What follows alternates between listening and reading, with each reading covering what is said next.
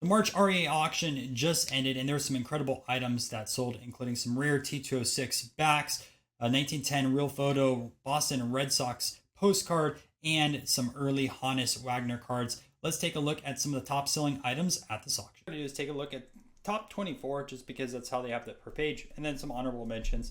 Now listen, there's a lot of 52 tops on here, so we're just going to jump through some of these, and we'll talk about the more interesting lots. I also have some honorable mentions to talk about. This is a 52 Jackie in a 2. There's a ton of scratches and surface defects on the card, a little bit rounded corners, but IPL is actually not too bad for a 2 on this side of things. And this one sold for $45.60.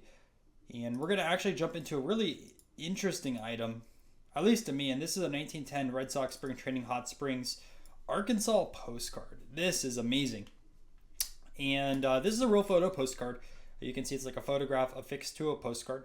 And, you know, there's quite a few different types of postcards out there. Real photos are pretty popular with baseball in the early 1900s. The way to date these is this right over here where it says, you know, the stamp. And there's a lot of guides online that I've read based around the dates on this. Now, I don't have any of them readily available for you guys, unfortunately. But, yeah, that would be one way to date it. Obviously, someone did write 1910 Red Sox on there. And I was kind of curious who was on this team. One thing to note is on a lot of these real photo postcards, you will see text like this. It's not always common to see that, but you will see kind of like this handwritten text. Okay, so let's take a look who's on the 1910 Red Sox. And taking a look at the order over here, you have Tris Speaker. That is going to be your big name. And Ed over here, I believe, is a Hall of Famer too. He's not, but he does sell pretty well. I've had a few of his cards before. So Speaker's going to be your big name. I'm going to just take a look through anything else over here. Smoky Joe Wood. I wonder if he is on the postcard or not. Red Sox 1908. He has to be on the card. I'd hope so. And let's see if they mention it. They don't mention either of them. I would hope that they're on the card. I don't know for sure. I'm not that great at identifying faces. So if you do know if they're on this card or not, let me know. Smoky Joe Wood and Tris Speaker are going to be your big 2 on this. It sold for about $46.80, which is a very strong price. But what I will say is a lot of these real photo postcards are sometimes one of a kind of like old judge cards can be at times. Others are printed a lot. So I have not seen this image before, so it could be a possible one of a kind. I'm not too sure. Other problem is grading companies are super reluctant to grade this type of stuff, which is really unfortunate because this, at least in my opinion, this should be able to be graded, but the grading companies, they're very reluctant on grading real photo postcards. All right, we're going to jump into back-to-back 3s of Willie Mays, 4680 and 5040. Let's take a look what the nicer 3 is. So this is the SGC 3, and right off the bat, I'm really impressed with this 3's condition.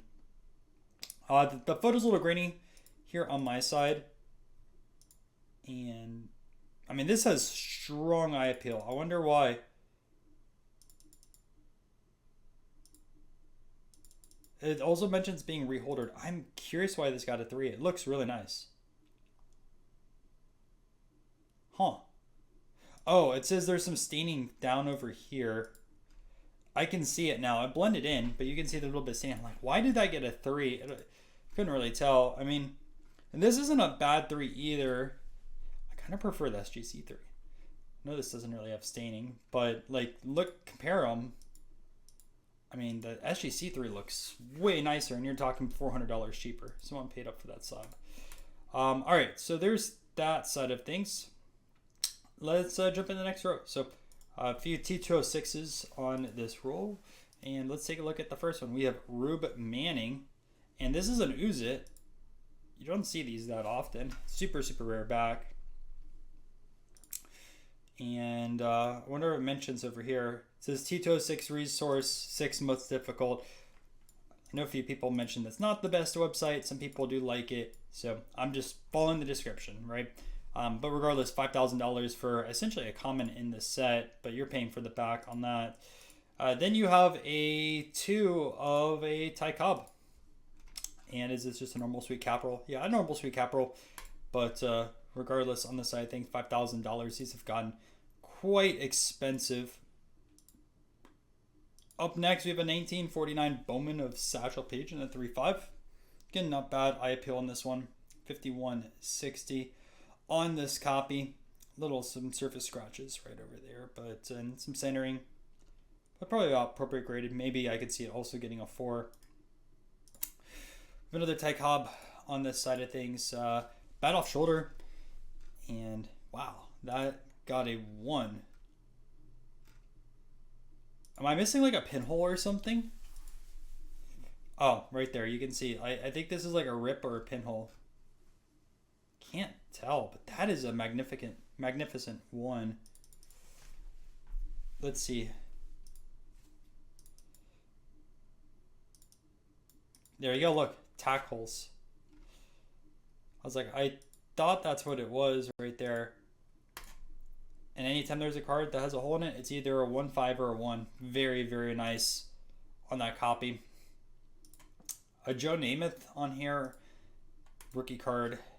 No butterfly, but it is a 6. I mean, these always sell. They're super popular.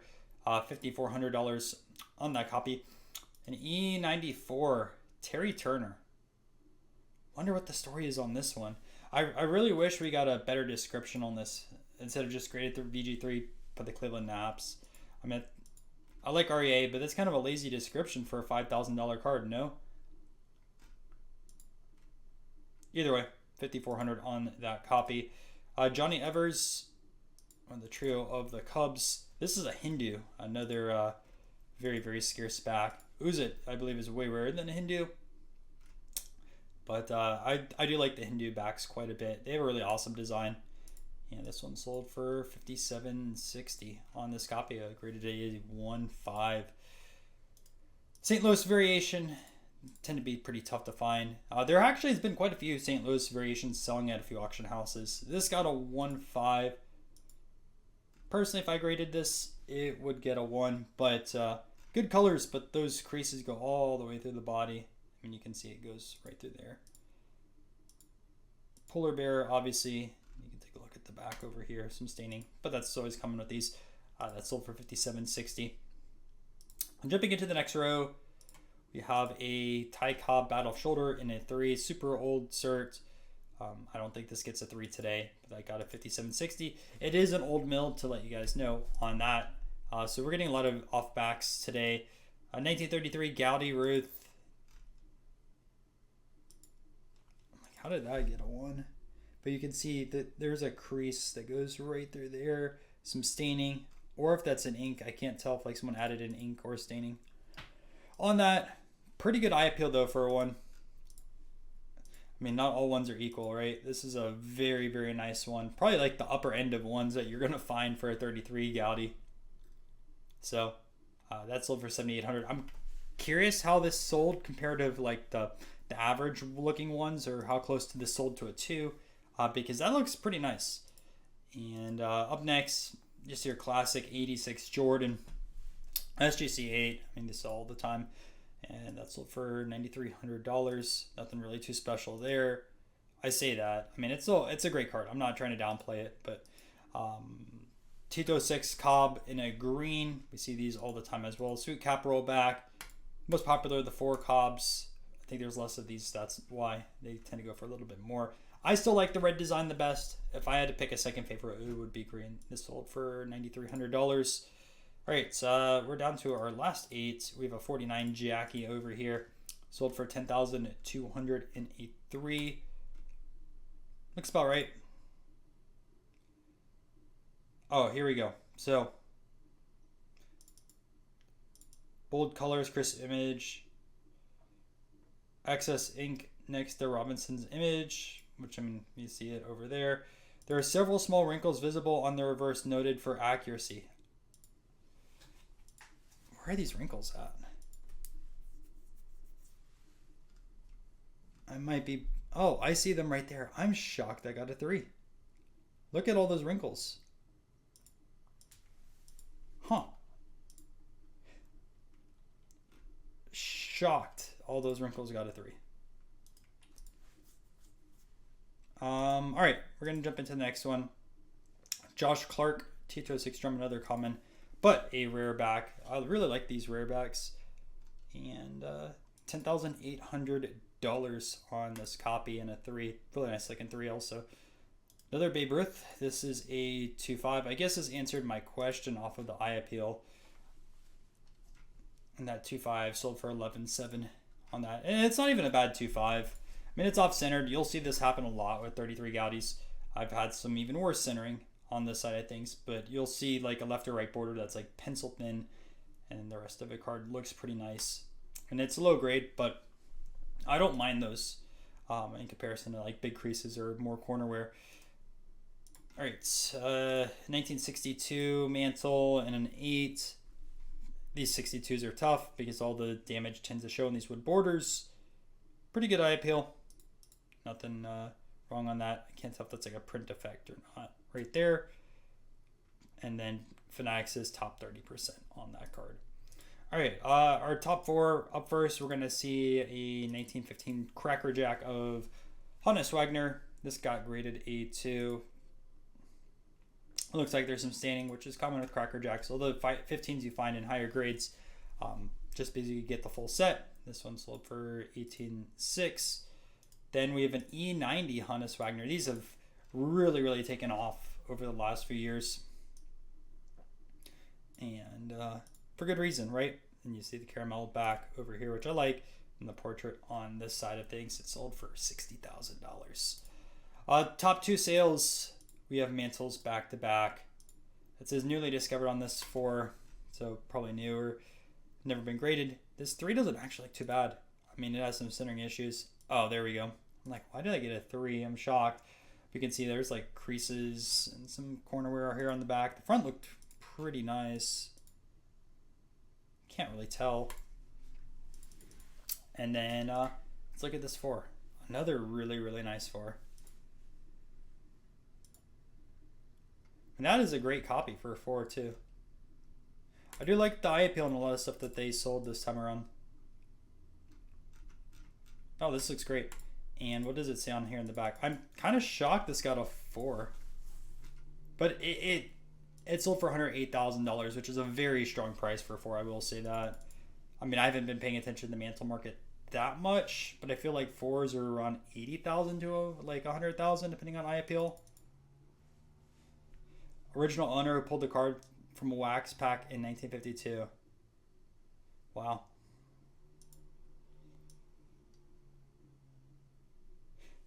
Yeah, I mean, I'm shocked that this did not get a 5. Just looking at it. I wonder what 5s go for. But regardless, those are the top sales. I wanted to go over a few other lots really quick. Lloyd Wagner on-card autograph from 1933 Gaudi. I always find the 33 Gaudi signed pretty cool. There's a few collectors. A few years ago, I did an interview on the channel, so I'd recommend you guys check it out. $2,000 for this Hall of Fame auto. A lot of graybacks. Covered also a little bit about graybacks in the 1950s most expensive cards video, and whether that these were, issued in 54 or 53 with like Kleenexes in the Midwest or Canada. We just don't know. There's no records. That sold for $2,400. This will be a future video on the channel talking about error cards. This one's a kind of a popular one where the A, there's various different prints of this, whether the A is present or not. A lot of people go after this one. You can see 2880, and a lot of the values depending on how much of the A shows on this card, and obviously same with kind of the eye appeal on this one. I thought this was kind of interesting too. A 52 Burke Ross signed collection for $2,000, and there's some pretty big names in here. You can see Duke Snider, Dobie, Ralph Kiner. And this is really, really nice. I have no idea what some of these do signed. Obviously, you have to pay some money to get them, but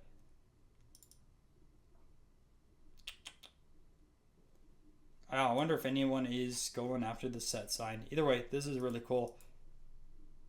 And lastly, Goose Goslin signed Hall of Fame plaque postcard. I was curious why this sold for so much money, and you can see like the National Baseball Hall of Fame in 1968. Well, he passed in 1971. I do believe there's a lot of collectors that want to get these signed, so there's probably not a lot of these that are signed of Goose Goslin if he passed in 71. It mentions on here, right, like the Baseball Hall of Fame in 1968. So 3 years to get these signed. It says 1964 through date yellow. I wish they updated this a little bit, but regardless, not many of these. And at first I was kind of surprised it sold for 43.20, but once I found out when he passed away, that made a lot of sense. But that is the REA auction recap. Hope you guys enjoyed this video. If you're new here, make sure to subscribe to the channel.